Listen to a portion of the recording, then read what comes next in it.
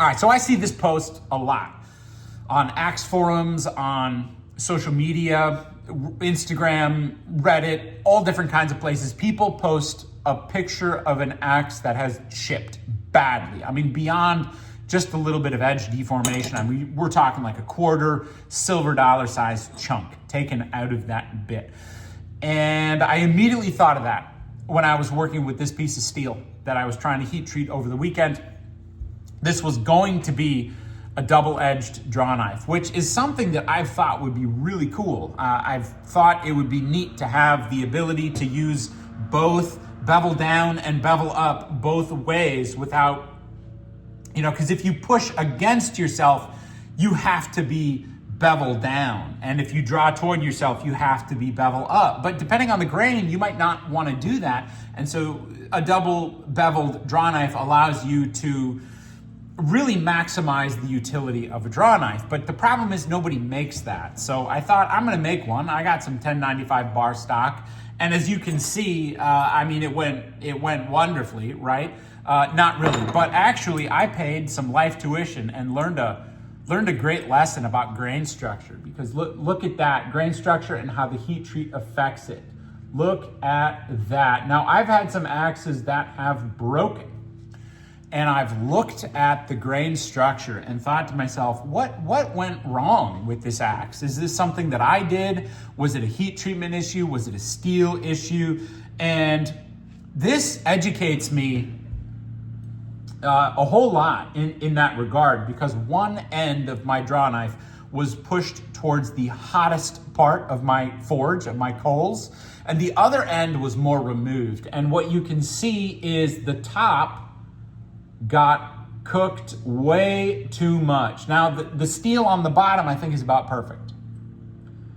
But look at that steel on the top. Look at how that looks like, more like cast iron. Look at how that broke. It's got all that pebbling, it looks like sand, versus this here. It's quite a bit more consistent. You can see there's really nothing about this. The grain structure is very fine. You want a very fine grain structure on steel. Now, you look at one end of this here. You look at how fine that grain structure is versus, again, over here. If it looks like a sand-casted piece of metal, that's a heat treatment issue. And it's not a temper issue. That means that the steel, typically, I would imagine, there might be other cases in which this would happen, but I imagine that the steel was just overbaked. It was too hot. And as a result, that grain structure is far more gnarly than it should be. That's going to weaken the steel. So I thought I'd put this one out there. If you've got an axe break, sometimes it just happens. Sometimes there's a little bit of a crack, a hairline crack that happens during the manufacturing process. And who knows, with these old tools, you might be the guy 80 years later that the crack finally snaps and now you've got a busted tool. But if you've got a new axe, definitely look at that grain structure. If you've got a bad crack, if that grain structure looks rough, that's a heat treatment issue. So contact the manufacturer. Anyways, I thought I'd put this out there. Heat treatment is absolutely critical. Heat treatment, in my opinion, is more important than the composition of the steel. So you got to pay attention to the grain structure, examine the tools that you're working with if they break.